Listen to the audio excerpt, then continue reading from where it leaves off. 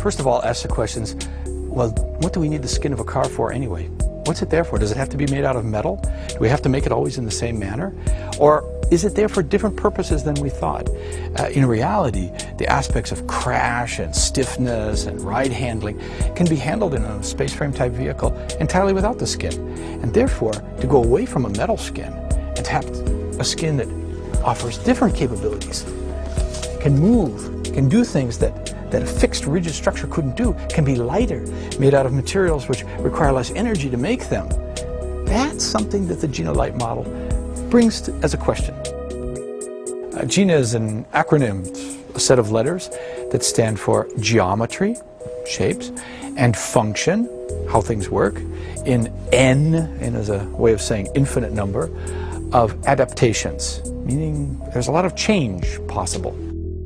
This started a whole chain of ideas within the company here that GINA became not just a model that became a shape or just about cloth as a skin. It became about a thinking process, a philosophy that said, let's do things differently. Let's let materials talk in a different manner. And let's let tooling be a different issue instead of just the way to give us form.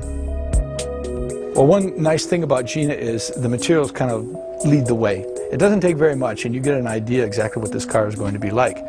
For instance, to get an idea what the sculptural form is between a fender and, let's say, a wheel arch, you really only need a line around the wheels and a line more or less where you want the fender to be, and you'll let the material do the talking in between. And then, just like you would if you were getting a suit made, you made the first mock-up, you made the first forms and patterns, you sewed it up, you tried it out, made another one a little bit closer, and when you finally got the final one, zip, you put it on. It takes about 2 hours to put the skin on this car.